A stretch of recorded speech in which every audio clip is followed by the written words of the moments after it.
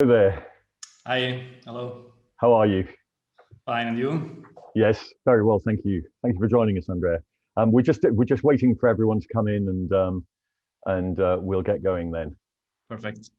So where are you at the moment? Where are you based? In Milan, Italy. That's a very nice place to be. No, exactly, yes. You? In London. London, yes. Yeah. Okay. Is it quite hot with you? Yeah. Yeah, we are lucky. Hello, Helena.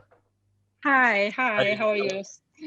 Sorry, I Very had to use my cell phone because it was I had a connection problem on the computer. I hope it's going to be okay.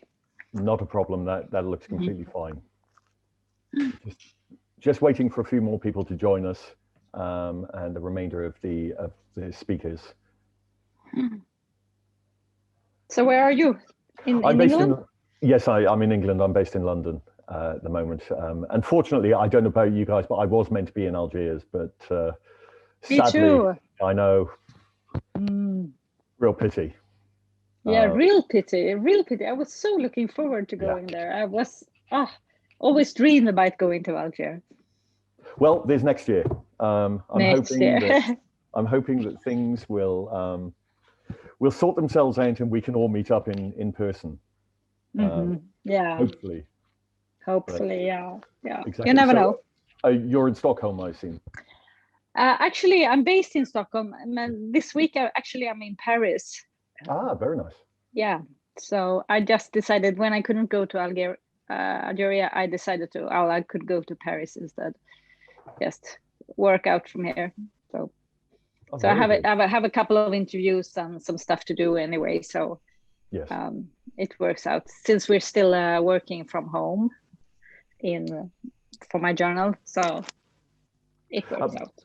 And excuse me, what's the situation like at the moment with COVID in Sweden? It's really great. We have a really high percentage of vaccinations, like that's good. 80% or something like that. Wow. And a bit of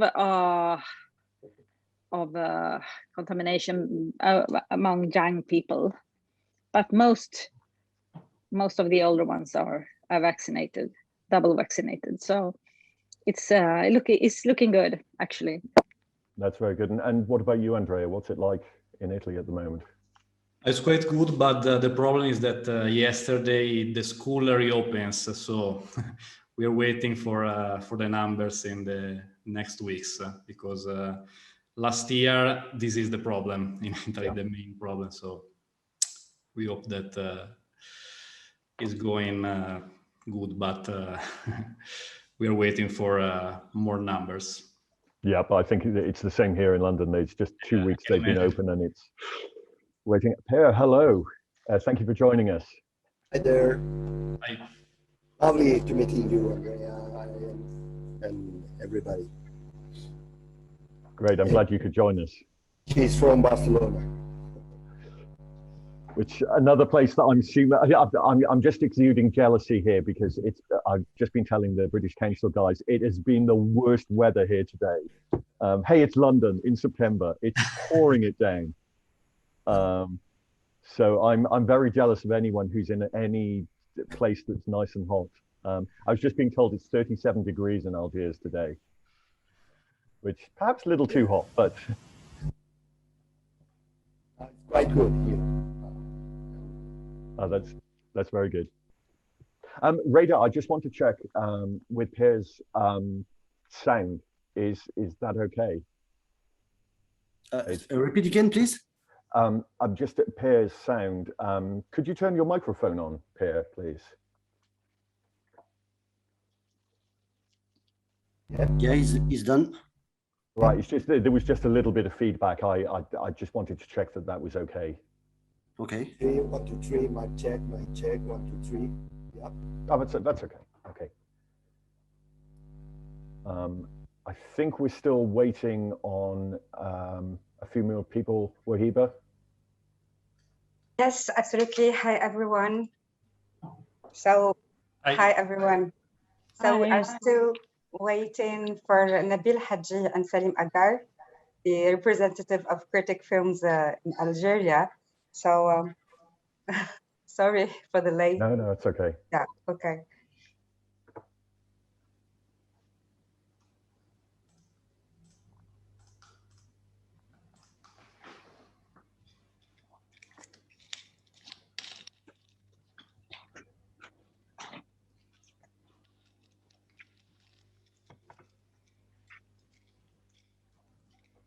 So as I couldn't hear your lecture, could you just start with just a really quick summary? By all means, yeah, I'm more than happy to do that. And it's nothing controversial. It's also one of those the things that I said at the start of the talk. Yeah, I can talk about my experience in the UK and also the US, but obviously what I'm hoping to get from this discussion, and people can see with this discussion, is how the culture differs in different countries, or perhaps not. You know, we shall see.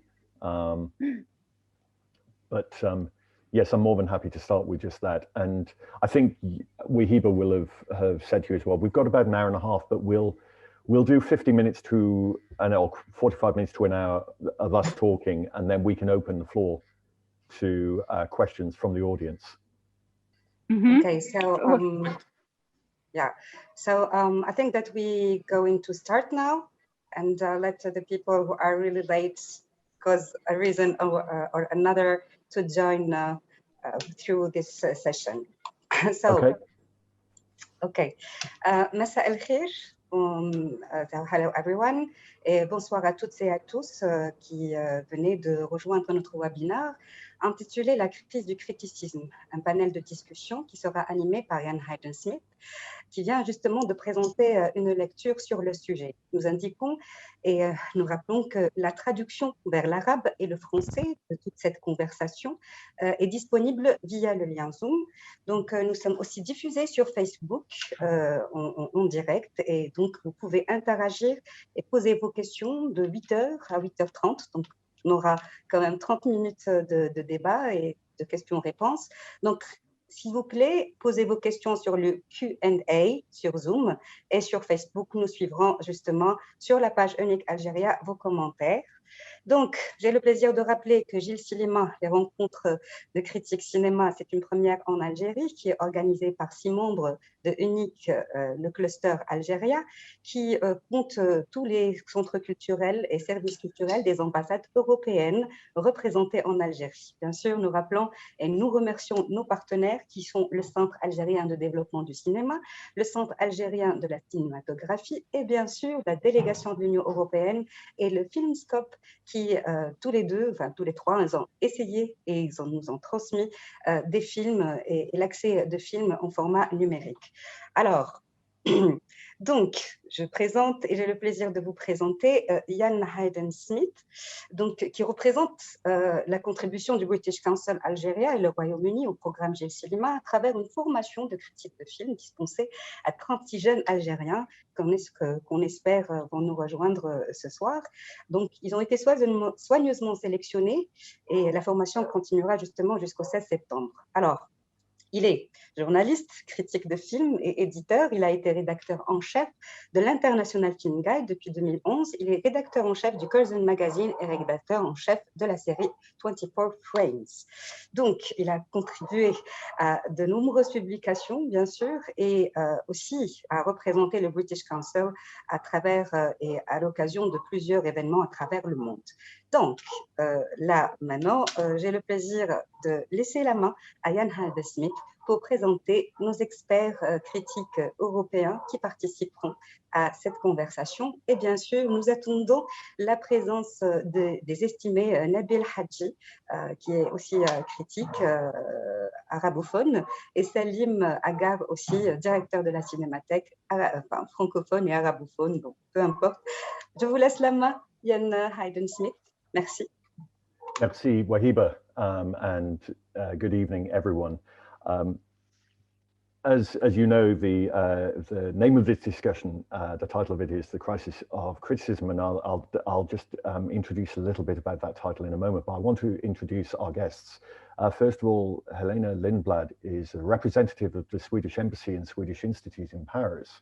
She's a film critic and editor writing at Dagens Nyheter, and please excuse my pronunciation if I get this wrong, since 1994.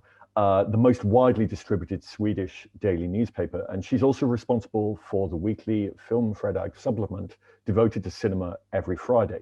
We're also joined by Per Ortan Andres, who is representative of the Cervantes Institute, director of Altair magazine, and associate professor of journalism at the Autonomous University of Barcelona, and professor of the Master of Creative Writing at the Pompeu Fabra University of Barcelona. We're also joined by Andrea Chimento, who's adjunct professor of history of cinema at Università Cattolica del Sacro Cuore in Milan. Again, my apologies for pronunciation, Andrea. And of history and scenarios of image and audiovisual at MICA, the Master of Management of Image, Cinema and Audiovisual at the same university. As a journalist and film critic, Andrea has been writing for ilsoleil24or.com since 2009, and he is the founder and editor-in-chief of Long Take, a website dedicated to cinema. Now, we are going to be joined by Salim Agar and Nabil Haji. Salim is the Algerian film critic, documentary filmmaker, and current director of the Algerian Center of Cinematography.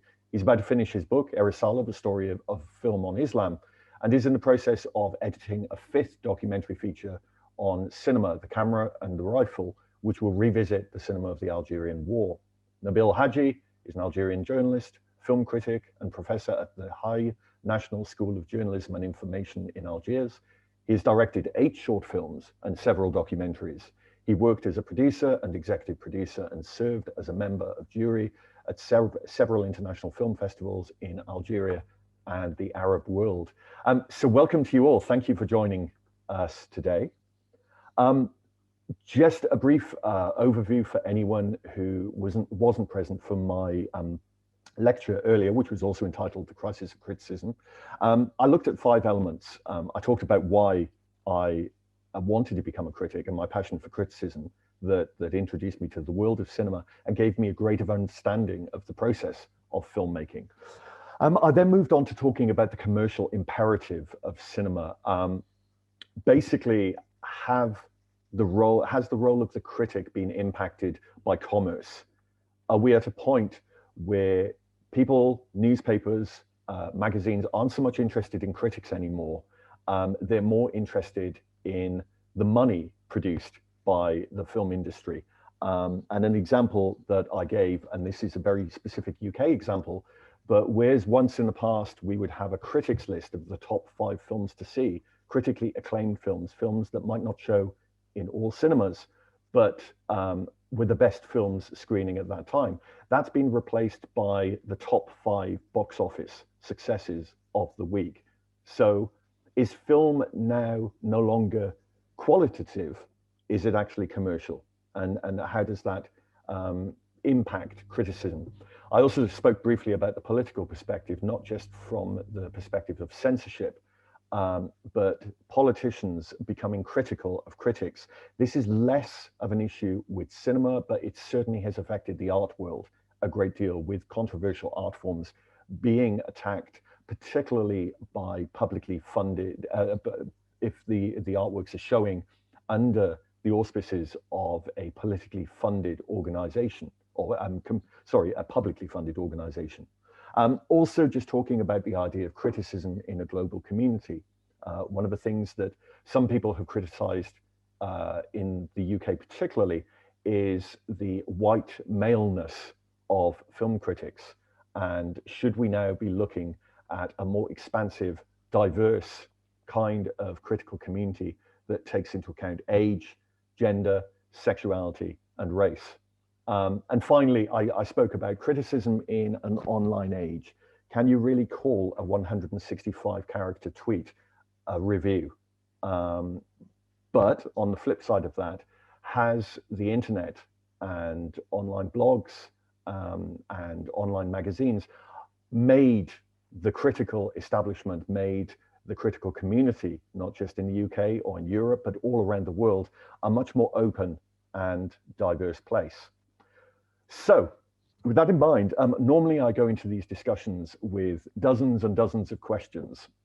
And I said to our guests in advance that it would be great if we had just one question to start with and then moved on from there. And I actually thought there is one single question that I have, and then we'll see how the conversation develops. So I'm going to start with you, Helena, but it's a question to everyone. Does criticism matter? Over to you, Helena. Well, that's a big question. And of course, as being a critic, as all of you, I want to say really a big yes. Yes, it matters. But I think that it matters more than ever. If you think about criticism as a guide, and because as you all aware of, the content is bigger and bigger by the number almost every day. Feels like every new week there is new streaming platform launching. At least in Sweden, we have I think I have 7 or 8 available in my home right now. And so the content is being bigger. When I started out, films being released in cinemas was the core of the work. We reviewed everything that was being released, every long feature film being released. But now we have films. If you take away the period of the COVID and the closed cinemas, we have the films being released on television, on cinemas, and then you have everything, the movies that being released by Netflix and other streaming giants, and so since the content is so big, you really need someone to guide you, and life is too short to waste your time on bad culture, on bad films, bad TV series. So there's where you need your critic. And I think that I have a feeling that people really, at least my readers, welcome this aspect of film criticism. And thus we will expand on these questions. I don't mean to say that we would reduce our writing to like simple guidings, but I think we should be aware of that. This aspect is becoming more and more important for everyone. That's great. Thank you, Helena. I'm going to go to Andrea next. Andrea. Sì, grazie di avermi invitato a far parte di questo panel. Mi fa molto piacere. Parlo anche un po' in italiano, così per il Centro di Cultura Italiana di Algeri. Io personalmente penso che la critica abbia un ruolo molto importante oggi, come sottolineava Helena, non soltanto come una forma di guida, ma anche come un modo di leggere il cinema in una maniera differente. Io penso che fino a qualche anno fa, fino all'avvento di internet, la critica fosse soprattutto un modo per guidare un po' lo spettatore su cosa andare a vedere al cinema. Io penso che oggi in Italia questo è molto diffuso, gli spettatori purtroppo forse non leggano più molte recensioni, molte critiche, ma si vadano magari a seguire social network, amici, aggregatori di recensioni, numeri, stelle, voti, rating in generale. Io penso che il ruolo della critica oggi debba essere forse non più soltanto una guida a cosa vedere, ma un confronto successivo alla visione soprattutto. Io in università punto molto su un insegnamento su come interpretare il cinema, come fare analisi cinematografica. Ian prima durante la sua lecture molto interessante ce l'ha fatta vedere con diverse sequenze anche da The Square a Citizen Kane. Secondo me l'interpretazione, l'analisi devono essere un qualcosa che forse oggi, soprattutto per i giovani, conta più del giudizio, del singolo numero, del singolo voto, per farci capire anche un po' meglio il mondo in cui viviamo, cioè far interpretare il mondo attraverso il cinema, attraverso i film. Oggi è facile essere sommersi da voti, da numeri e quant'altro. Interpretare al meglio quali sono i film che ci parlano del presente, di politica e quant'altro, a livello anche simbolico, mi sembra un po' la missione, forse, che la critica cinematografica dovrà sempre più avere, e forse anche una speranza per far sì che la professione del critico rimanga tale, perché oggi in Italia sono moltissime le testate, i gruppi editoriali, non solo, che ad esempio quest'anno hanno deciso di non seguire la mostra di Venezia, il Festival di Venezia. Ed è una cosa piuttosto preoccupante. Io penso sia importante cercare delle strade nuove per far sì che questa professione rimanga tale e riesca a essere appunto una guida, come diceva Elena, che è una bellissima parola, puntando, penso io, soprattutto su questa forma di analisi e di interpretazione. Grazie. Grazie. Thank you, Andrea. And Per, can I come to you now, please? Oh, if you can turn off your, you turn on your microphone, please. Sorry. That's okay.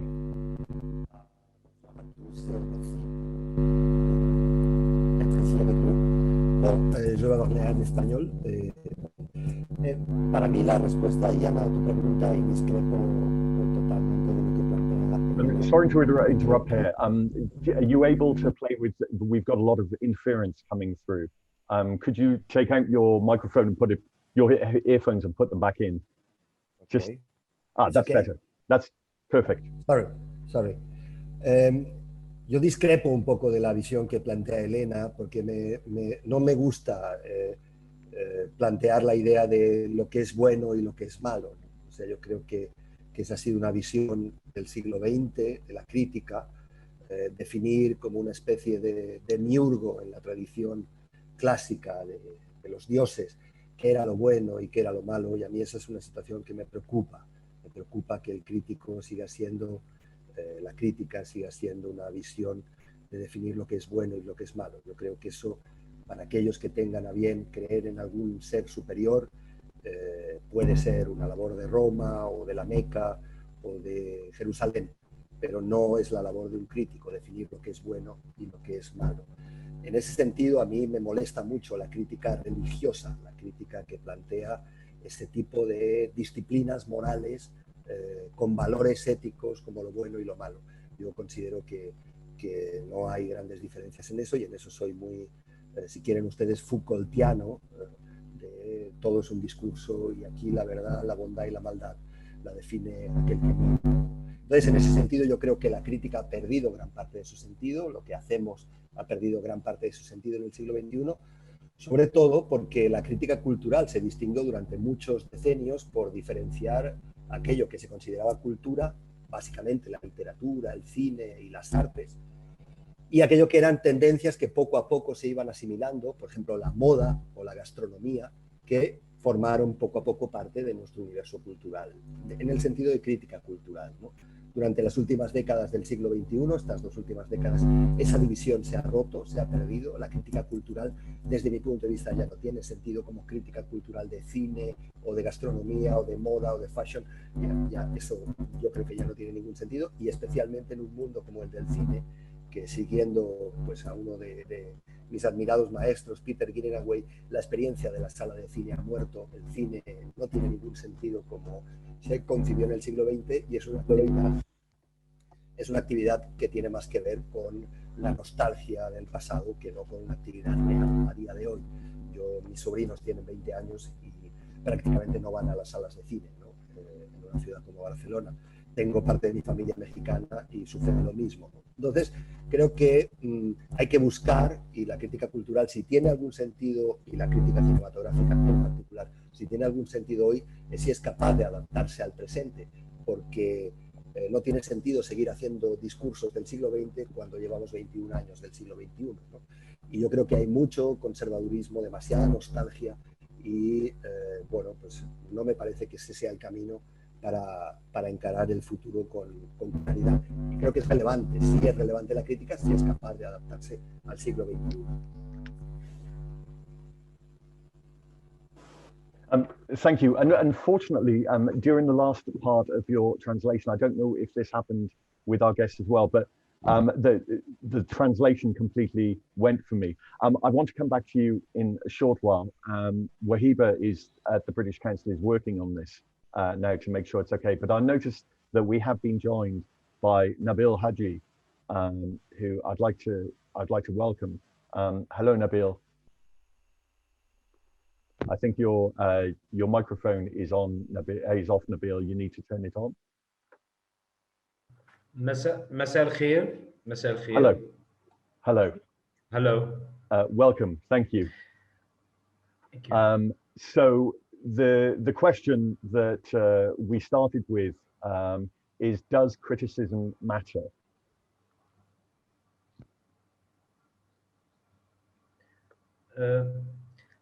شكرا للجميع وتحية إلى المنظمين هذا اللقاء. قبل ما أجيب على هذا السؤال فقط أريد أن أحيل على المنطقة الجنوبية. نحن في المغرب العربي وفي الجزائر تحديدا.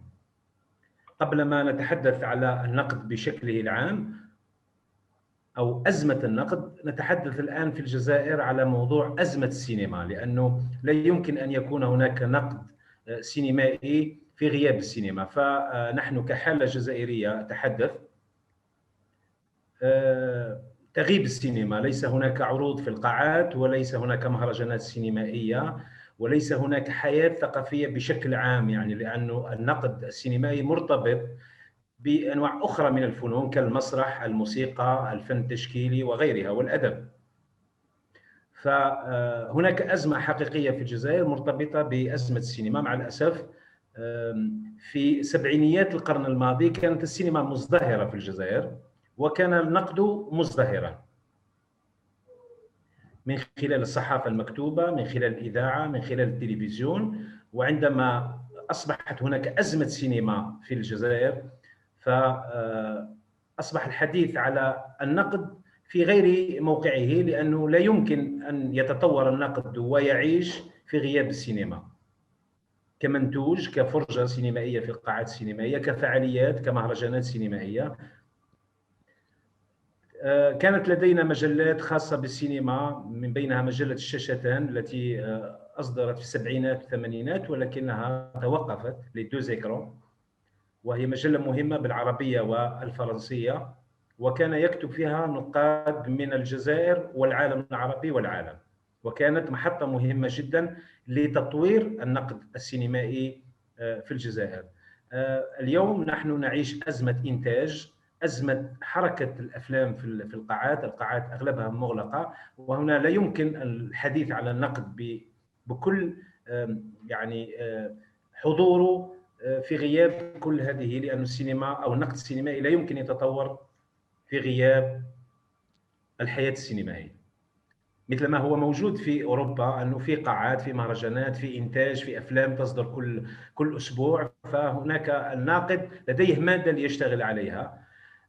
نحن لدينا سينماتيك كذلك لعبت دور في الماضي، دور كبير في النقد السينمائي وخلق الحركة النقدية، ولكن اليوم مع الأسف حتى السينماتيك رغم كل النوايا ما زالت يعني لم تعد لها. إجابة على الأستاذ سميث، هل للنقد اليوم أهمية أو دور؟ أعتقد أنه النقد لديه أهمية، لأنه رغم كل هذه الصورة القاتمة أو السوداوية هناك أمل من خلال أفلام جديدة، سواء كانت الأفلام الوثائقية، الأفلام الروائية يعني الطويلة، القصيرة. هناك جيل من المخرجين الشباب في الجزائر أتحدث، نموذج الجزائر، لا أتحدث عن أوروبا أو العالم العربي، ولكن أتحدث عن الحالة الجزائرية. فأعتقد أنه لديه أهمية اليوم. لماذا؟ وخاصة أمام طغيان الصناعة الهوليودية، فمن الضروري أن يظل النقد موجود ولديه أهمية في مرافقة كل هذه التجارب الجديدة في ميدان السينما، وخاصة في أجيال اليوم تطور السينما يعني بشكل مختلف. أعتقد أنه دور النقد اليوم مهم في دفع المتلقين، يعني الجمهور، لعودة متابعة الأفلام. الجمهور الآن أصبح مشوش من خلال البلاتفورم نيميريك، يعني المنصات الرقمية، الفي او دي وغيرها في الماضي كانت القاعة هي التي تلم الجماهير. اليوم الجمهور يمكن أن يكون في بيته ويشاهد كم كبير من الأفلام. فما هو دور الناقد في كل هذا؟ فأعتقد أن الناقد اليوم يمكن أن يشجع الناس إلى الذهاب إلى القاعات والتفاعل مع السينما المختلفة، وليست السينما التجارية التي تنتجها هوليوود أو بوليوود.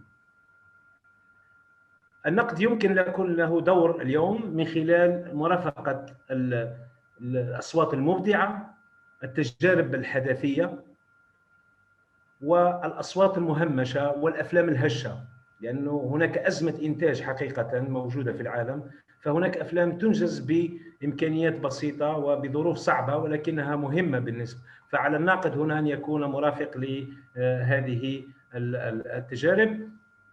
من جهة أخرى النقد لابد أن يتجدد.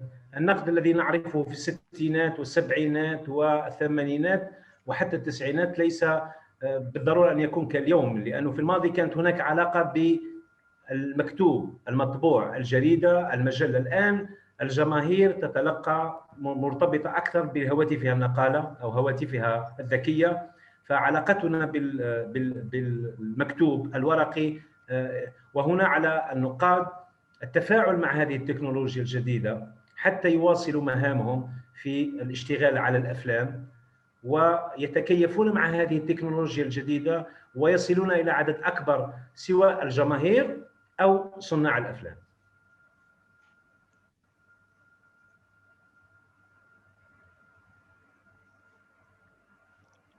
That's great. Thank you very much, Nabil. And I'll come back to you in a short while. I just want to ask you all and just a question regarding something that Helena said about the massive availability of films online. And I wondered, Helena, it might sound like an odd question, but do you sometimes see yourself as more of a guide than a critic? Which it might be, well, critics can guide people in different directions, but we're in a culture now where we all have been used to going to cinemas, and even when streaming started in the early days, there was a limited scope of what people could see, and now people. I find it very odd that some critics, and more on the commercial side of the spectrum, refer to films as product, and then you hear about the idea of dumping. Netflix is a very good example of this. Films are just dumped. You suddenly wake up one morning and you have so many new things that are available. And I wonder how much of this role are you actually, let's not use the word guide, you're a navigator. Yes. At times. But I would like to see myself, yes, as a navigator with a content of my own. So to bring with me. No, what we have in my newspaper is when you talked about a top box office top list. We have a critics guide every week in my newspaper. When we select, my group of critics select 10 movies in the cinemas, available in cinemas that we recommend, and we base this selection on the star system, on the best reviewed films. We have from 1 to 5, so it tend to be the movies that we have rated 4 to 5, sometimes a 3, but mostly that. So I think that's a guide in itself. And I think that people tend to use it like that. But for myself, well, I think it's basically the same old for everyone, that when you have written for a while, you have your readers that like you, that you share the taste with them, and then they tend to follow you. And I hope that they follow you even when you go, when the product, if you call it the product, is expanded. So if I write about the films on Netflix and or on other streamings, I think that the readers will follow me. But I would like to say that for me, also as an editor, I think what you write is actually the most important thing. And I always want everything that we publish by myself or by my colleagues to be a joy to read, to be interesting to read as a text, even if you don't intend to go to see the film. I want to have that my readers will have an experience from. So I don't want to take away the sort of content of the what you write of your critics. Yeah, that's an interesting thing, that the workshop that I've been doing with participants this week. One of the things I've kept coming back to is, first of all, the relationship with a reader that people don't often talk about, but I think this is something that is extremely important, building a relationship with the reader, and there being, in a way, an agreement of trust between the two of you. You're not just talking about a film that should be seen. In a way, people begin to understand you as a personality. Hopefully, yeah. I want to come to Andrea and Per, and unfortunately, with both of you, I apologize, but I lost your translation about halfway through for some bizarre reason. So please forgive me if I'm covering material that you've already talked about. But I just wanted to ask you about this idea of the quality of writing that Helena talks about. Do you feel that there's been a shift in the demands of what's expected of a critic recently? And Helena, I will come back to you in a short while about this, but perhaps Andrea, I could ask you first.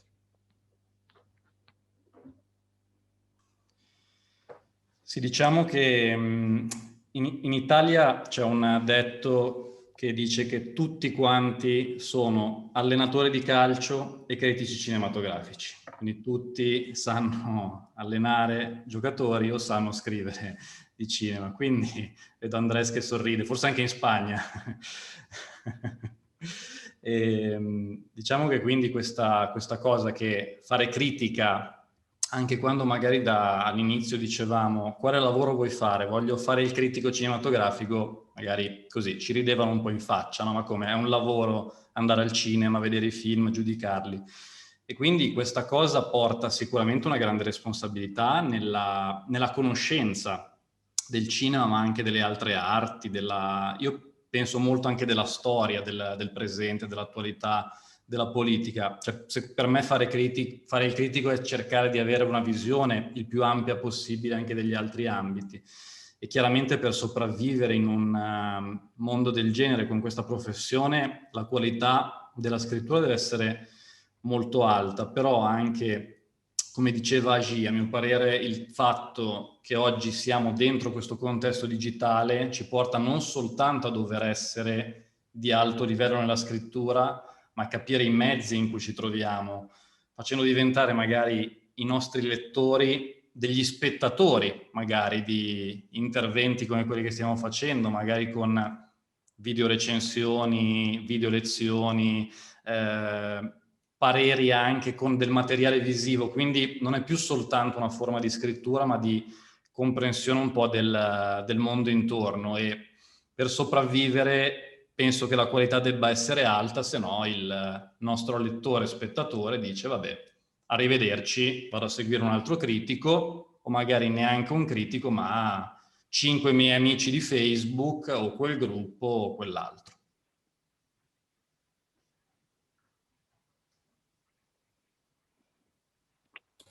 Thank you. And Per, please. Yo reía un poco porque Andrea, bueno, compartimos cosmogonías culturales y sucede lo mismo en España, donde la pasión por el cine y por el fútbol es muy similar a Italia, entonces es muy parecido, ¿no? Para mí hay una sensación muy controversial o muy problemática con esto de escribir y tal.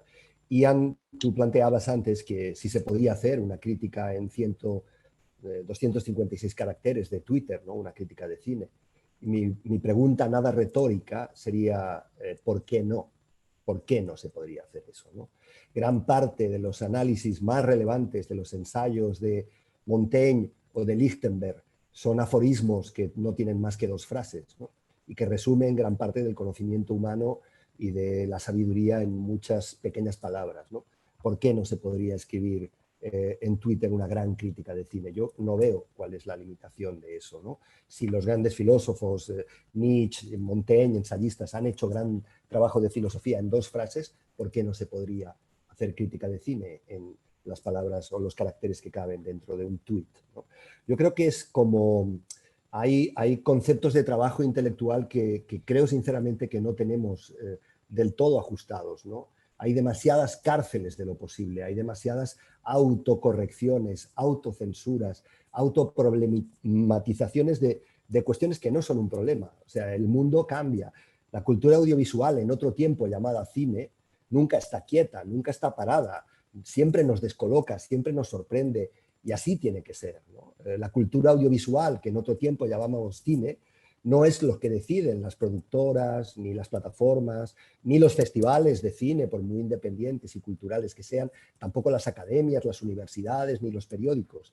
Eso funciona muchas veces fuera totalmente de nuestro control, ¿no? Y los medios, desde mi punto de vista, y los críticos, también por supuesto la academia, deberíamos entender la cultura audiovisual como algo plural, que en otro tiempo llamamos cine y que hoy es otra cosa, ¿no? Y que hoy es cine más muchas otras cosas, ¿no? Y ahí hay, yo creo, un mundo para explorar.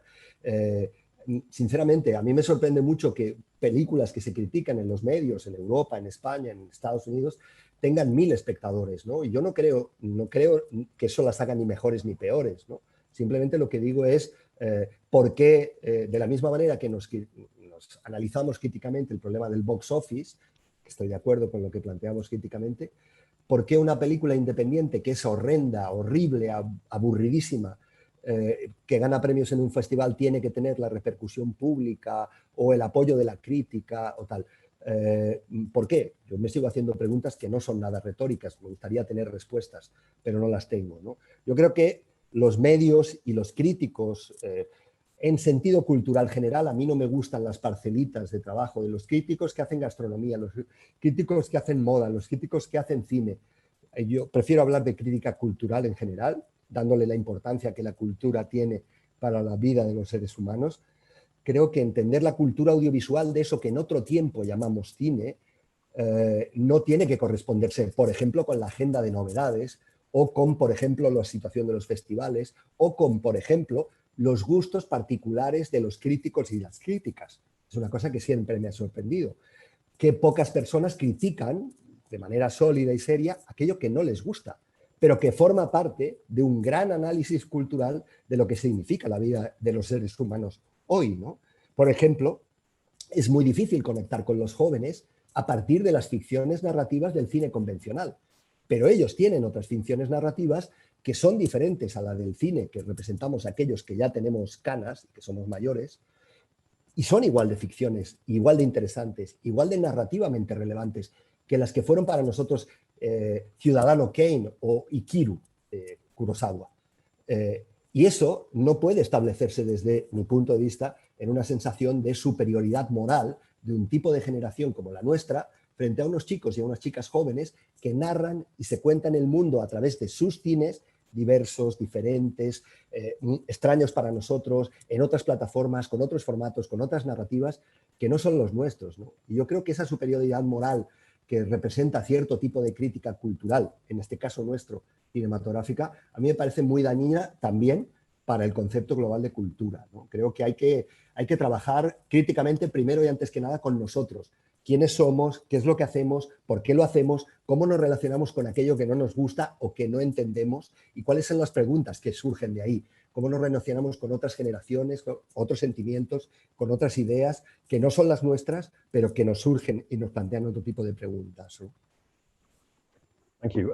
Once again, we'll have a little problem with our translator. So I've never had to draw so much on my rudimentary Spanish knowledge to pick up, but I'm following you there. Nabil, I just wanted to ask you about the idea. We're talking about online culture and film watching. The shift. So we're no longer just watching films in cinemas, and obviously this is a global phenomenon. So this is something that could be accessed in many different countries and countries that don't have cinemas. I know you said that the critical culture and the cinema going culture in Algeria at the moment is not a very good situation. I was just wondering, in terms of not so much dedicated film magazines, but just in terms of the discussion of films on online streaming platforms in Algeria, in newspapers, is there still, and also online, is there still discussion about films online in Algeria, or do you feel just the culture as a whole has pretty much come to a stop?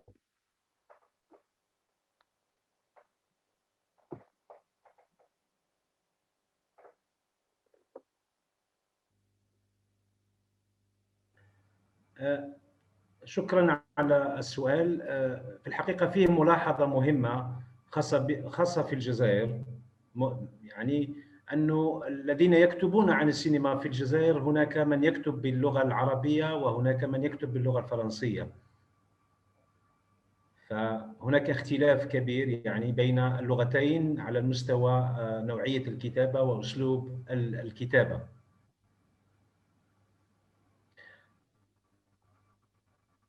وكل ما يكتب حول الأفلام في الحقيقة ارتبط بالصحافة الأقلام والصحفيين الذين واكبوا الكتابة عن الأفلام منذ أكثر من 20 بشكل مستمر. هناك محاولات لنشر المواد النقدية على الفيسبوك أو على بعض المواقع الإلكترونية، ولكن تبقى محدودة وبمبادرات شخصية، يعني ليست عمل مستمر وإنما عمل يعني مناسباتي إن صح التعبير. كما قلت قبل قليل أنه الحركية السينمائية غائبة، والكثير من يعني أصبح هناك فتور في التعامل مع السينما نظرا لغياب هذه الحياة السينمائية. ليس هناك عروض تجارية وليس هناك يعني عمل مستمر على مستوى القاعات. إجابة على سؤالك بالنسبة للإنترنت، بطبيعة الحال هناك الكثير من هو يعني مشترك في منصات رقمية ويشاهد أفلام، ولكن يكتفي فقط بالتعبير عن رأيه الساخن يعني في نفس اللحظة، وليس عملا نقديا، يعني ليس عملا يشجع على المتابعة، وإنما هو مجرد رأي شخصي حول الفيلم وليس عملا نقديا أو إعلاميا. أنا أعتقد أضم صوتي إلى أندريا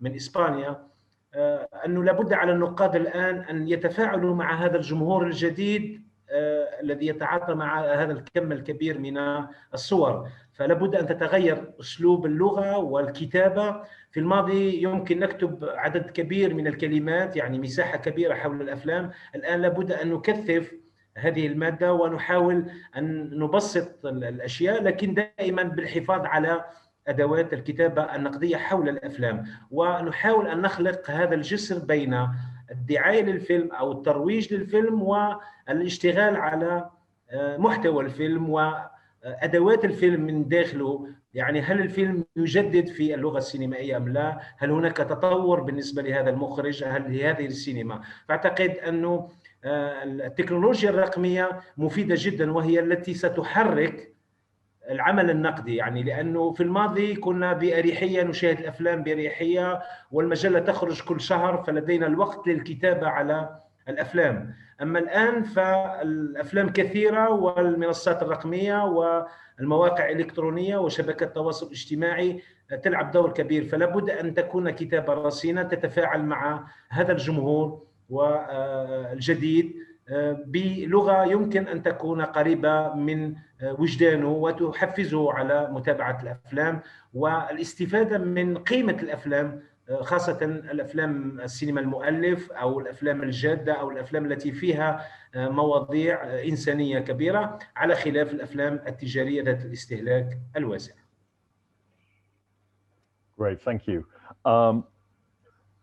So Nabil, Helena has just talked about, and our other guests have talked about the idea of the online culture of having to adapt to new audiences. And I mentioned in the lecture I gave earlier about encouraging new voices.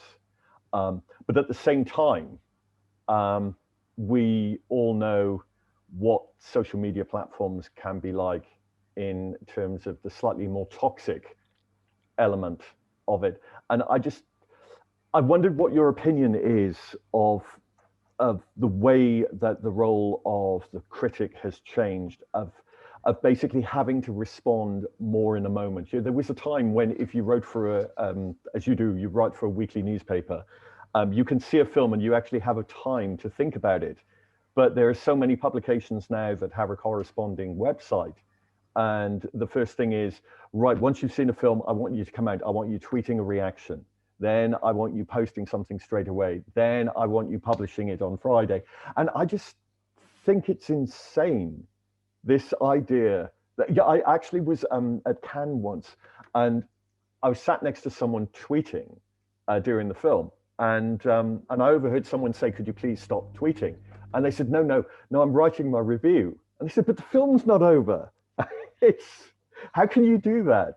I just want, again, we'll go around with everyone, but the kind of, on many levels, the internet and web culture and online culture is really great, but on another level, it feels like it could be a nightmare.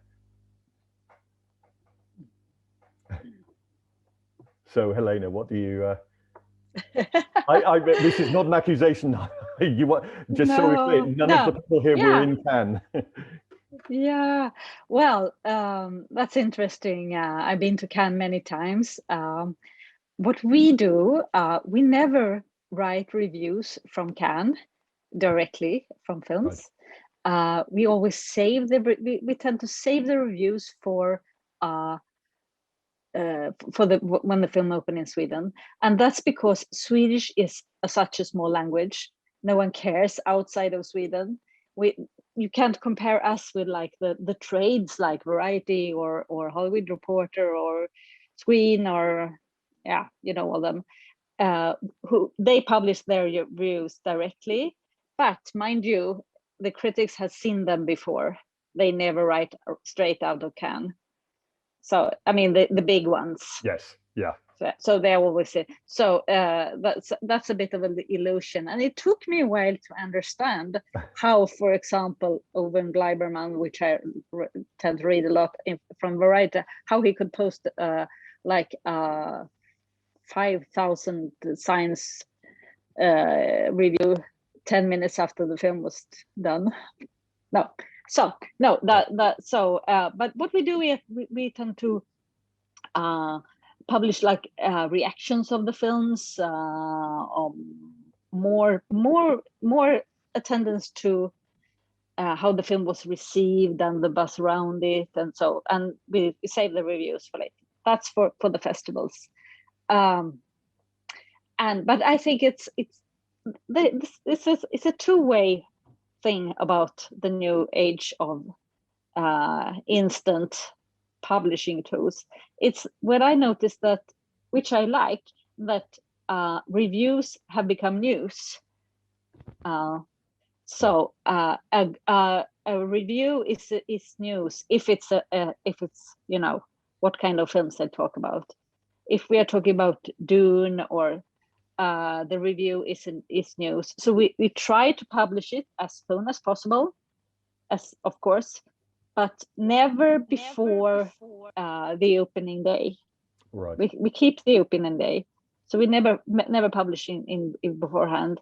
So, but it could be that if you have a quite maybe this was a smallest part. It's like 2 hours or 3 hours maybe, but not faster than that, I would say, for us. And that could be difficult to write so fast, I think. Yes. But when I talk about this, like reviews or news, just to give you an example, which is an interesting. We will talk about this later. In what supposed to be in beginning of 2019, if you remember a film called Cats. Oh, I can't forget it. You can't forget it. No. Unfortunately. No. Yeah. I saw it. I published a review quite directly, and it has been the most well-read thing I have ever written about. It was like huge, and it just continued to tick on, and it was a devastating thumb down, of course. But I had quite a lot of fun when I wrote it, so I think it was fun to read. But that doesn't happen so often, that you have the films like that. But when you have them, I think you should go with the moment. Yes. They are so few, so it's not really a problem. Andrea, just to come to you, and again, apologies if you've answered this slightly before, but this idea of sort of responding in the moment. Obviously, I mentioned you have the website. Do you feel that things have changed much more for you in writing for a website than writing for print, or has it remained pretty much the same? No, è cambiato molto, soprattutto dai festival, perché non è neanche una scelta del critico a volte quanto metterci a scrivere una recensione. Io lavoro per un quotidiano online che richiede delle recensioni rapidissime, perché ha in mente di uscire con il trend topic, per usare un termine da social network, del giorno, e quindi prima esci, prima Google ti rankizza meglio, prima su Twitter vieni valorizzato e via dicendo. Quindi purtroppo non è più sempre una scelta possibile, dipende un po' appunto dove si scrive. Alcuni festival ci aiutano con l'embargo, quindi ci danno qualche ora in più prima di poter effettivamente scrivere e pubblicare, però c'è una fame nel giornalismo in generale di rapidità, che secondo me questa è una cosa a livello proprio critico piuttosto dannosa, deficitaria, perché a volte non soltanto hai poco tempo, ma hai poco tempo per scrivere 3 recensioni insieme da un festival. Fai il reportage della giornata e quindi metti insieme, ad esempio da Venezia o da Cannes, i 3 film del concorso in un unico articolo, magari con vari paragrafi, in cui, nonostante non siamo più su un cartaceo, quindi in cui in apparenza ci sono dei limiti, anche sul web ci sono dei limiti da rispettare, a seconda della testata in cui si scrive. A volte si pensa che sul web uno faccia quello che vuole, non è così. E questo porta magari ad alcuni film a dedicargli poco spazio, poche righe, a interessare il lettore soltanto per un giudizio molto veloce, i numeri, i voti che dicevamo prima. E questa cosa qui per me è ben poco critica, è molto più, insomma, una sorta di fast food nel mondo della critica, che insomma ha creato più problemi che altri. È anche vero che è quello che il lettore oggi richiede, e quindi, come diceva anche Andres prima, bisogna un po' adeguarsi alle novità, a ciò che c'è, al mondo in cui ci troviamo, nel bene e nel male.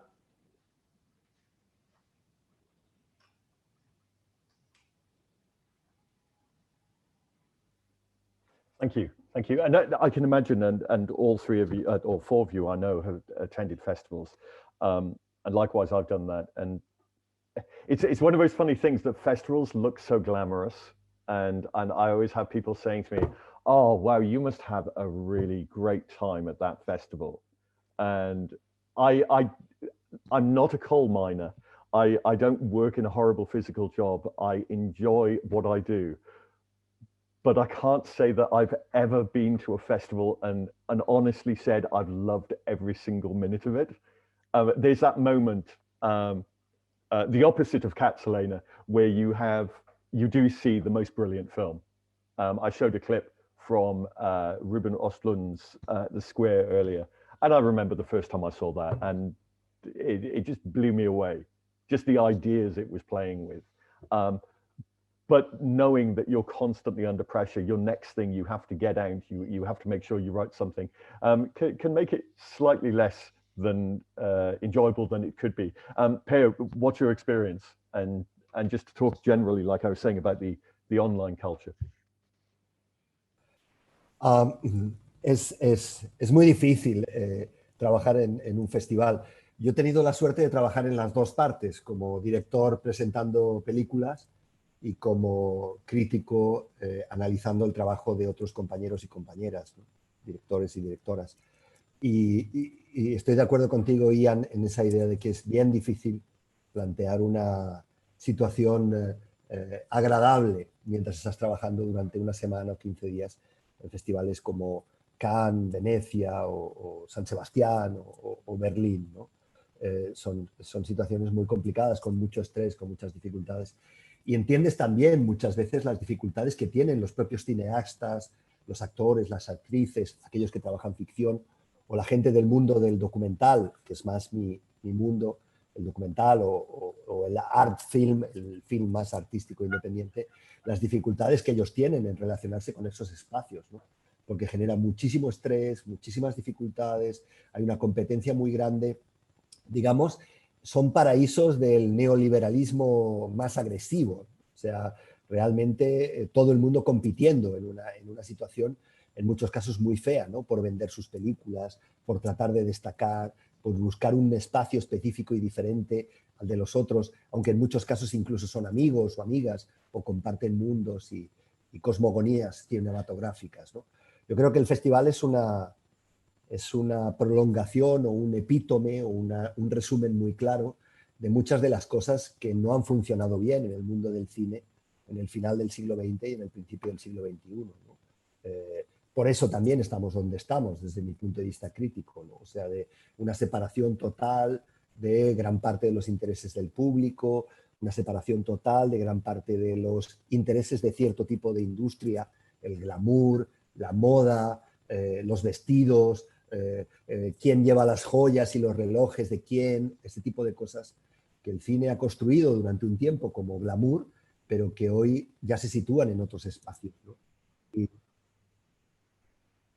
Y en ese espacio, digamos, me gusta la idea de construir cines diversos, ¿no? Cines plurales, cines diferentes, ¿no?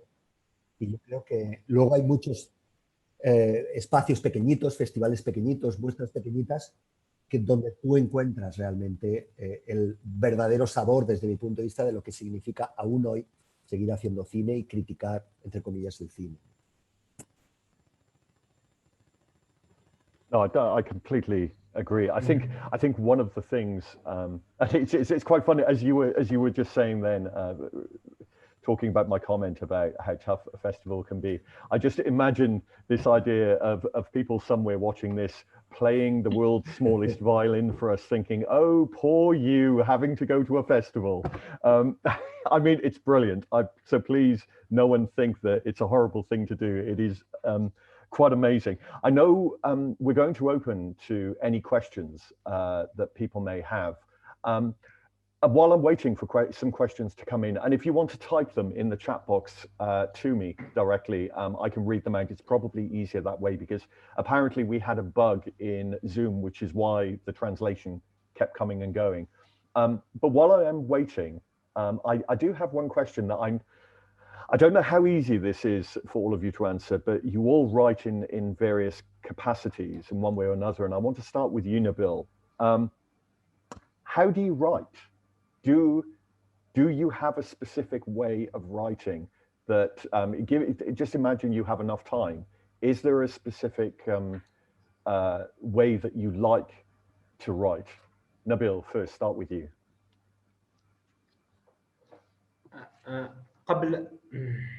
قبل ما أجيب على هذا السؤال أتحدث عن المهرجانات. فحقيقة المهرجانات هي ماراثون كبير للأفلام، وهناك ضغط علينا لأنه نشتغل مع جرائد فتطلب منا نرسل برقيات أو مقالات للحديث عن المهرجان، وهذا يحتم علينا أنه الأفلام المهمة والأفلام الجيدة نتركها بعد المهرجان ونشتغل عليها بشكل يعني أكثر هدوءا، لأن عندما نكون في مهرجان فنحن في سباق مع مواعيد عرض الأفلام وليس لدينا الوقت للكتابة بشكل هاني. ولكن في مرات نحيل على القارئ أنه في أفلام مهمة ونتحدث عليها باختصار وبتكثيف حتى نشوق القارئ لأهمية هذا الفيلم أو حضور هذا الفيلم للمهرجان، بالإضافة إلى الأجواء العامة التي يعيشها هذا المهرجان.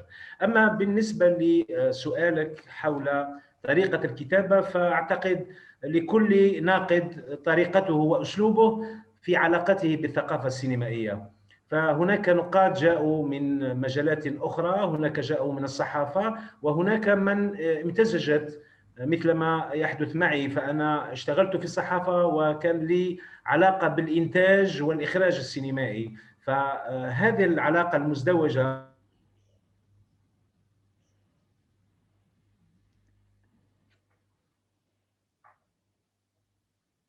واشتغلت في الميدان السينمائي وحضرت بلاطو التصوير، فلدي هذه الإضافات في معرفة الجانب التقني للأفلام. ولكن دائما أخذ مساحة في طريقة الكتابة في اختيار لغة الكتابة، المصطلحات في الكتابة، ودائما أضع مسافة بيني وبين الفيلم. يعني أحاول أن أجرد نفسي عاطفيا نوعا ما مقارنة بالعرض الذي سأكون يعني أكون حاضر في القاعة، فهناك العاطفة وهناك التفاعل مع الفيلم. لكن عندما أكون في المكتب أو في البيت فأحاول أن تخلق بيني وبين الفيلم مسافة، بالإضافة إلى البحث حول صناع الفيلم، سياقات الفيلم، فهذه تساعدني في الكتابة عن الفيلم. إذا كان فيلم من السويد أو من إيطاليا أو من إسبانيا، فمن الضروري أنا كجزائري من شمال إفريقيا أن يكون عندي اطلاع على السياقات الاجتماعية والثقافية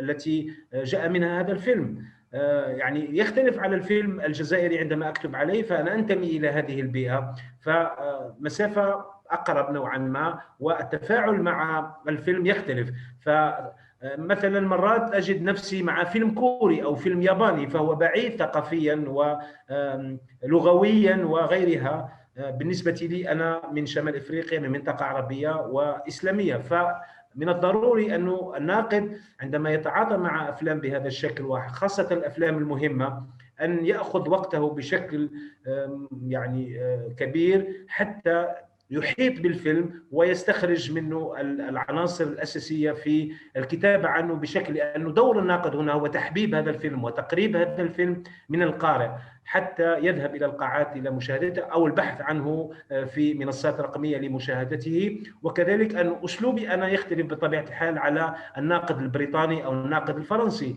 فأنا أنتمي إلى ثقافة ولدي لغة اللي هي اللغة العربية، فأنا أختلف في كتابتي وفي التعاطي مع الفيلم السينمائي. فطريقة الكتابة تختلف بطبيعة الحال حسب ثقافة الناقد وانتماءاته الثقافية والإيديولوجية والسياسية وغيرها.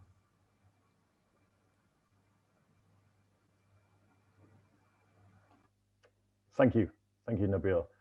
Per, I just want to come to you. I know it's not necessarily a question many people might like being asked about how you write, but just because I've been working with writers this week, I thought it might be quite interesting for them to hear how each of you approach perhaps a review.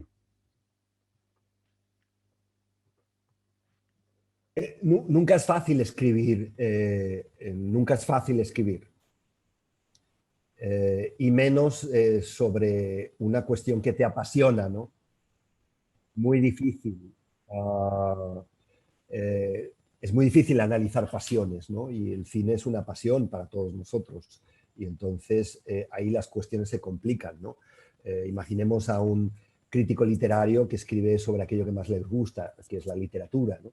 Pues en nuestro caso sucede pues bastante lo mismo, ¿no? Yo tengo amigos críticos literarios pues que su vida es leer novelas, ¿no? Leer novelas de ficción y criticarlas y compartimos esa pasión y también ese dolor, ¿no?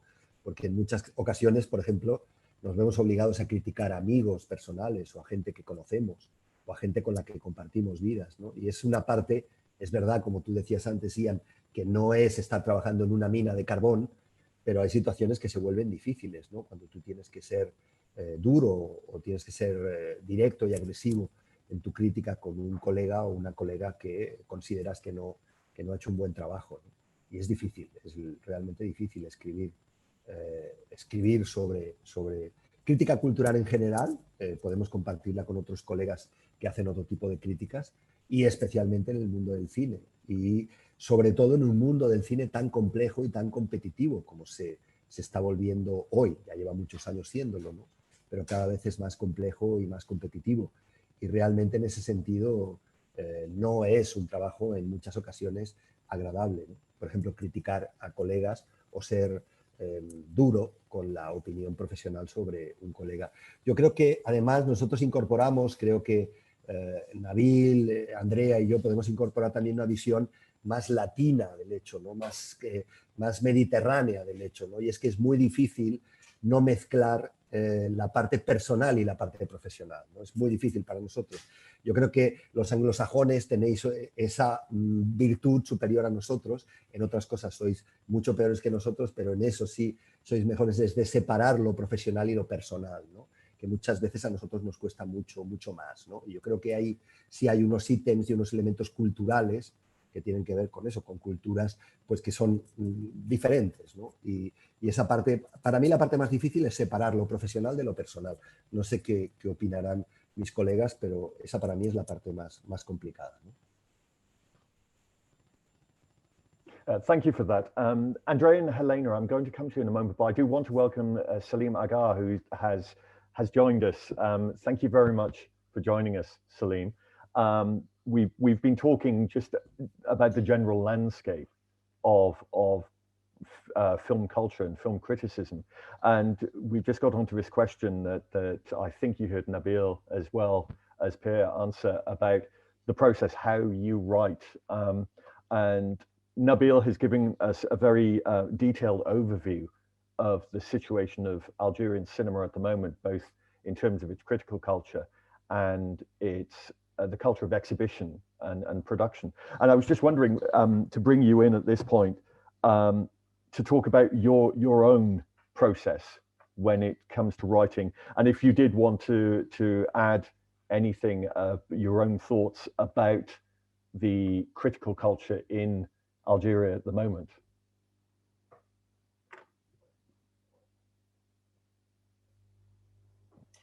Thank you, Yann. Merci pour d'abord pour ce séminaire. J'aurais aimé que ça s'organise ici à la Cinémathèque algérienne, mais le corona, on a voulu autrement. Mais cela n'empêche pas justement de nous rencontrer, de discuter, de débattre.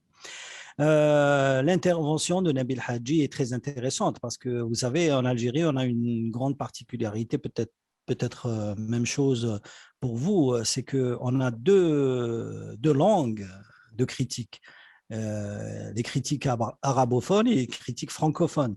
Et moi, je fais partie justement des critiques francophones. Nabil Hadji et moi, nous avons fait pratiquement le même parcours depuis les années 90. À ce jour, nous avons écrit sur certains films, aussi bien algériens qu'étrangers. Et moi-même, je connais le parcours de tous les réalisateurs algériens depuis leur début jusqu'à aujourd'hui. Cela dit, ce qui diffère de moi et de certains confrères, c'est peut-être la plume. Et avoir une plume aiguisée, c'est-à-dire une plume assez pointue pour critiquer correctement et objectivement un film. Vous savez que notre cinéma a souvent vécu des crises, vécu des mouvements, de tremblements, etc. Et nous sommes passés d'un cinéma qui a remporté un Oscar et une Palme d'Or, un cinéma pratiquement invisible dans les grands festivals. Donc, souvent, on rapporte ça dans nos écrits. On critique un petit peu la qualité d'une œuvre et souvent, on se fait beaucoup d'ennemis. Et je pense que c'est valable pour tous les critiques dans le monde. D'ailleurs, même nous, en tant que critiques de cinéma, on essaye de s'organiser et de créer une association, mais ce n'est pas possible parce qu'entre critiques, on ne s'entend pas. Il y a des critiques qui sont virulents, il y a d'autres critiques qui sont plus complaisants, et il y a des critiques qui sont tout simplement neutres, ni blancs ni noirs. Donc, c'est très important justement de connaître. Moi, mon expérience, c'est d'avoir été entre deux cultures, c'est-à-dire la culture arabe et la culture française. Et dans ce cas-là, quand je vais dans un festival comme le Festival du Caire ou à Alexandrie, vous avez des critiques égyptiens et arabes qui sont d'une certaine maturité, d'une certaine critique qui est assez impressionnante.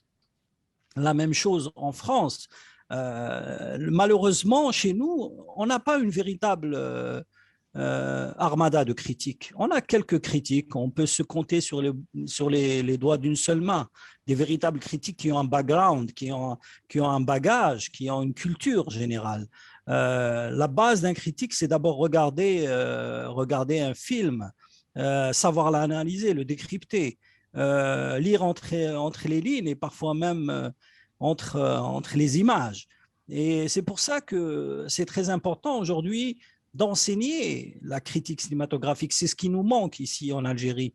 D'ailleurs, je suis très content. J'aimerais bien connaître les résultats de votre atelier sur la critique cinématographique et qu'est-ce qui va en ressortir. Parce que c'est très important de se connecter avec autrui. Il faut justement connaître comment analyser un film, comment décrire un film. Et ça, c'est très important. Chez nous, on compare souvent un journaliste culturel avec un critique de cinéma. Un journaliste culturel, il écrit sur la culture, sur les beaux-arts, sur la musique, sur le cinéma. Mais un critique cinématographique, il n'écrit que sur les films. Il traverse la mer pour aller dans les festivals comme le Festival de Cannes, Venise ou Berlin. Il se débrouille par tous les moyens possibles pour aller au Festival de Toronto, éventuellement aller au Festival de Téhéran, découvrir le cinéma des autres. Notre problème, c'est justement c'est qu'on ne connaît pas le cinéma des autres. Et aujourd'hui, depuis que je suis à la Cinémathèque, j'invite gratuitement les journalistes à venir voir les films étrangers, notamment les films venus de pays inconnus, comme les films d'Amérique latine, les films asiatiques qu'on ne voit pas souvent chez nous.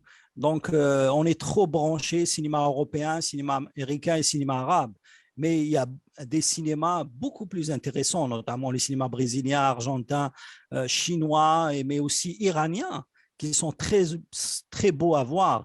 Et souvent, on est appelé à découvrir ce genre de cinéma. Et c'est grâce à ce cinéma venu d'un autre monde qu'on peut se comparer, s'identifier à un cinéma.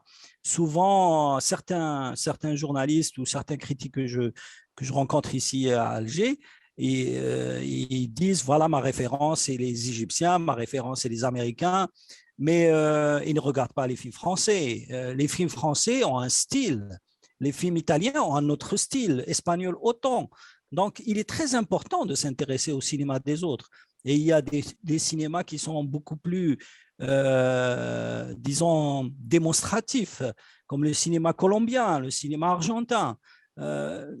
C'est pour ça qu'à la Cinémathèque, on essaye de faire découvrir à tout le monde, journalistes et cinéphiles, le cinéma de tout le monde. On essaye justement de faire découvrir la chose. Récemment, on a lancé un appel pour éditer un livre collectif en faisant participer des critiques, des écrivains et même des cinéphiles à faire des articles sur le cinéma. Et croyez-moi, j'ai découvert des pépites, des gens qui n'ont jamais écrit dans un journal, mais ils savent décortiquer, analyser un film. C'est ça ce qu'on recherche. Malheureusement, chez nous, il n'y a pas de revue sur le cinéma comme en France, avec les cahiers du cinéma, première ou studio. Et également, il n'y a pas d'émission de cinéma. C'est que le champ d'expression d'un critique de cinéma en Algérie, il est limité.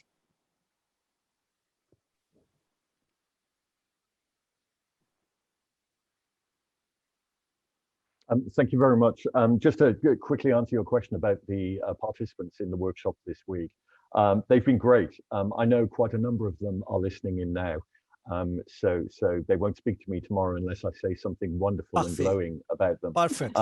But they have been really, really fantastic. It surprised me, some of the comments. We had a discussion today about the Battle of Algiers, and it wasn't just the engagement on a political, social level in terms of Algeria that was fascinating. It's the way that they expanded outwards and talked about the global platform that the film screened on and its impact around the world, from the influence over the Pentagon screening it before the invasion of Iraq through to the relationship with Italian neorealism. So it has been really, really fantastic. I just want to come back. I know we're close to running out of time, but I just want this question. I've got one or two from the audience as well. To Helena and Andrea, if you can answer briefly. Helena, I will say, I have a certain bias here. I've wanted to know about your writing style because I have friends who live in Uppsala in Sweden, and I visit them regularly. And Charlotte, my friend there, every Friday is reading your reviews to me. She's translating the reviews, saying, "Oh, this person's a very good reviewer. She's a good critic." Oh, thank you. So happy to hear you. That. Oh my God. Oh. Do you both have start with you, but a process? Yes, I would say one thing that I have learned during the pandemic is that I'm a much better writer when I have seen a film in a cinema house than in my home, on my screen, on my computer or television. It's really a big difference. I mean, I think, I don't know if you have the same problem. I have so many problems of concentration when I see it, like, you know, you know what I mean. It's when you see a film in a cinema, it's so much easier to understand and work with what you have experienced. So that's one thing. And the other thing is, I really need to have to start with. I always start with like the facts about the title, everything. I shows a picture since I'm my own editor. So, but when I'm finished, I always ask a colleague, of course, to write or to read my thing. But I think I really have to have this frame before starting. And whenever I feel lost, I tend to go back to the basics, to like the story, the aesthetics, to really include everything that you need to have to make a proper review. But I think that one important thing is that I really try to do is to bring the reader with me into the work. So take them. What are you going to see here? What is a filmmaker? What has he done before? What about the actors? A little bit, just to make people feel that they are a part of the experience, and so they feel like someone is guiding them into the work. But I think that's important. But I think that the research process that one of the colleagues here talked about is really funny, and it's really more and more important that you really do the homework to see, so that you come ready to what you are experiencing. Certainly, if it's a film from a really another culture. Thank you. That's really great, because everything that you've all been saying is exactly what I've been trying to tell the students this week. So you're all reinforcing everything that I say. So thank you, Andrea. Let's come to you, Andrea. Sì, aggiungo un consiglio così, soprattutto magari per i ragazzi, che sicuramente l'avrai già dato anche tu, Ian, ma nella scrittura secondo me oggi bisogna un po' sorprendere, soprattutto all'inizio di una recensione. L'attacco, lo chiamiamo a livello un po' giornalistico, l'incipit, le prime frasi, il titolo, diceva Elena giustamente. C'è un qualcosa secondo me che non sia scontato. che non sia un qualcosa che si possono aspettare, ma cercare già un po' di ribaltargli la prospettiva, aprirgli un po' la mente verso un nuovo punto di vista, lanciare uno spunto che possa interessargli ad andare avanti a leggere, perché c'è anche questo problema. Oggi tantissimi aprono le recensioni, magari leggono il titolo, vedono il voto e basta. No, dobbiamo portarli ad andare avanti a leggere la recensione, ad andare nel cuore della recensione. Come facciamo, se uno è indeciso chiaramente se leggerla o meno, con un bel attacco, con un bel inizio, con un qualcosa che apra in qualche modo un'interpretazione che poi sviluppiamo successivamente, ma che possa essere intrigante, che abbia un appeal anche magari un po' particolare. Magari apriamo una recensione con il verso di una canzone, la citazione di una poesia, una frase da un libro, un qualcosa che potrebbe non centrare in apparenza, ma che invece poi colleghiamo nella nostra analisi, soprattutto se scriviamo un saggio con un po' più tempo rispetto alle tempistiche da festival classiche.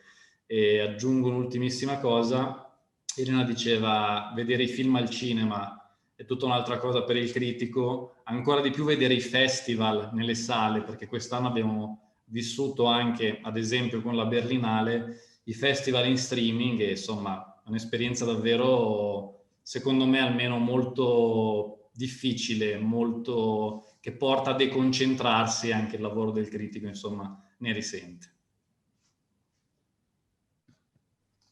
It is.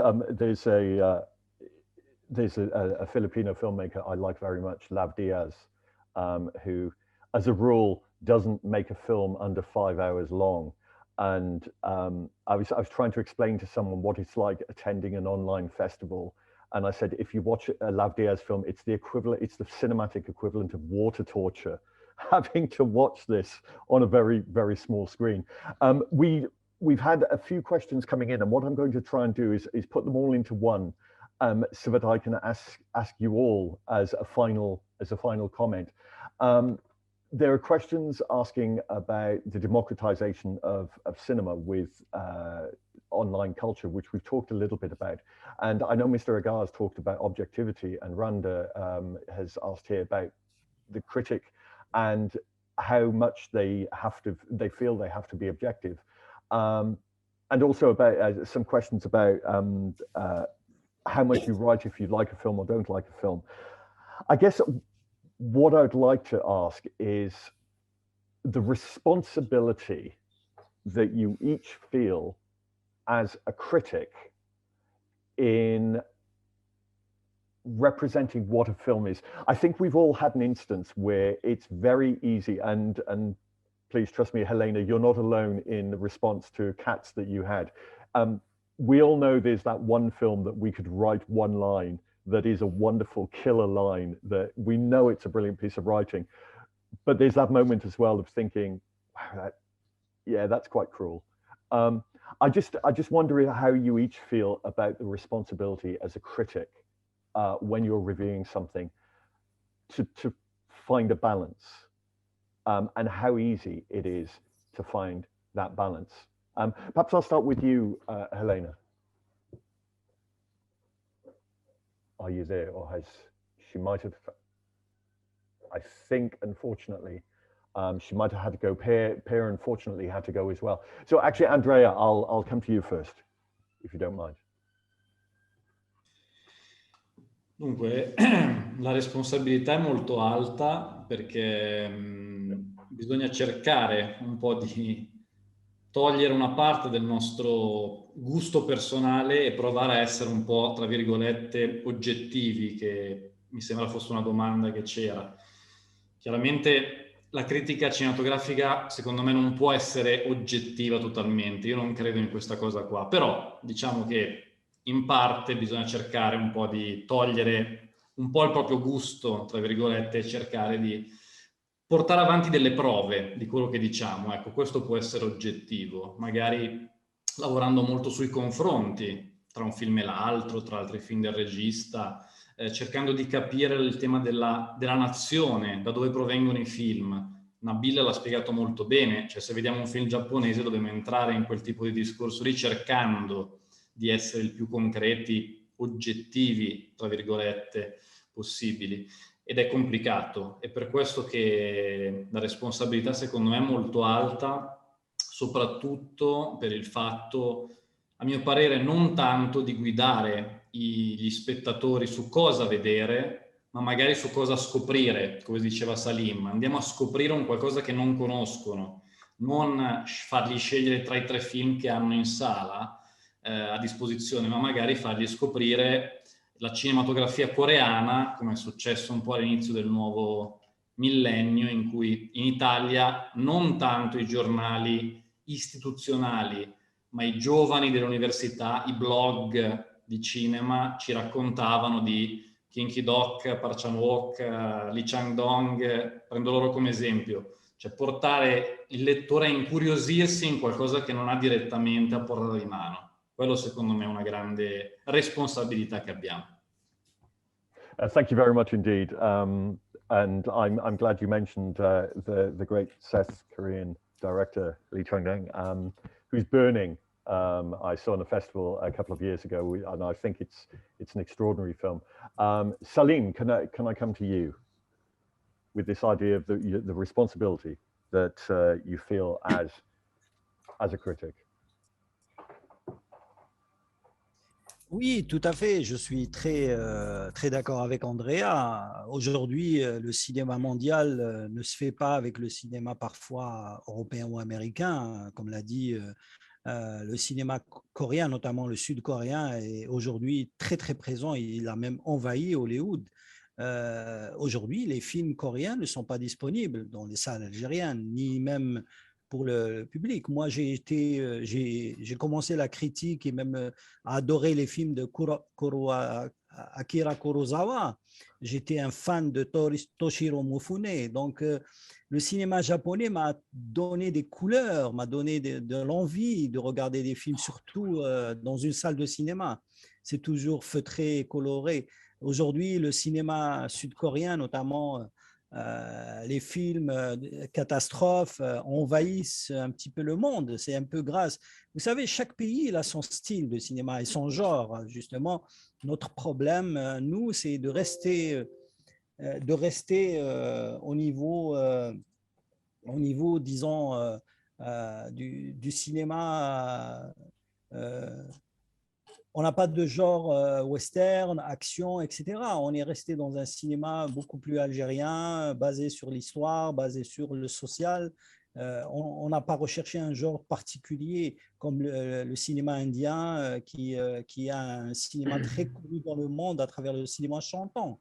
Donc, l'Égypte, durant des années, de longues années, a manifestement... comment dirais-je, baser son industrie cinématographique sur la musique, le cinéma musical, alors qu'ils avaient plein de problèmes à raconter sur le plan culturel, social et même sur le plan humain. Donc, chaque pays, et c'est très important, comme l'a dit Andrea, de découvrir les pays. On découvre les pays à travers leurs films. Hein. Comme on dit, c'est Hollywood qui a fait l'Amérique et ce n'est pas l'Amérique qui a fait Hollywood. Donc, il est très important aujourd'hui de visionner et de regarder le maximum de films. Smith. Thank you very much indeed. And very finally, much, we'll come to Nabil Haji.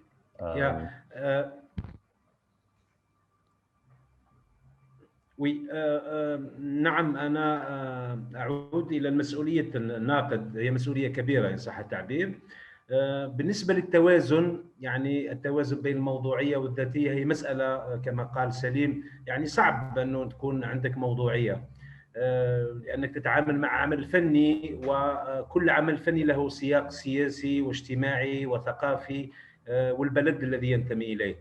النقطة الثالثة وهي مهمة جدا، وهي يعني نحن دورنا كنقاد اليوم أنه ليس التوازن وإنما إعادة التأطير غوكادغي، لأنه جمهور اليوم ليس جمهورنا نحن جمهور انترميديير، يعني وسط، لأنه نحن عشنا مع السينما الكلاسيكية وعرفنا السينماءات الكبيرة والأفلام الكبيرة. أما جمهور اليوم فهو يشاهد أفلام حديثة يعني بتكنولوجيا جديدة. نحن كبرنا مع الافلام الكلاسيكيه، ولدينا ثقافه شكلت لدينا ثقافه يعني على السينما يعني الكلاسيكيه بكل معانيها. اما جمهور اليوم يعني الشباب اليوم اللي من 20 سنه الى 30 سنه لم يشاهدوا تلك الافلام كما شاهدناها نحن، سواء في سينماتيك في الجزائر او في مهرجانات او غيرها. فدورنا كنقاد ان نكون يعني نحاول ان نعيد تأطير أن هذا الجمهور اليوم أن نتعامل معه ليس باستعلاء وبثقافة كبيرة، وإنما نحاول أن نحببه في السينما الحقيقية، السينما الإنسانية، وليس السينما التجارية ذات الاستهلاك الواسع. فمسألة الموضوعية بالنسبة للناقد يعني كأننا نتحرك في أرض يعني ليست ثابتة يعني. فكل ناقد سينمائي لديه ثقافته، علاقته بصناع الافلام، علاقته بافلام هذا المخرج، علاقته بالسياق الذي حضر فيه الفيلم اذا كان مهرجان او قاعه تجاريه او غيرها. فالموضوعيه تبقى مساله يعني نسبيه وليست كامله، ولكن عوضا نستعمل التوازن. اعتقد انه كدورنا اليوم وخاصه مع هذه الفوضى البصريه التي يعيشها الجمهور، يعني الجمهور العام، هناك فوضى بصريه تشتت. دورنا أن نعيد إلى أصول السينما ونحببه للسينما ونقدم له مادة نقدية تحاول أن تجعله يغوص في الفيلم السينمائي.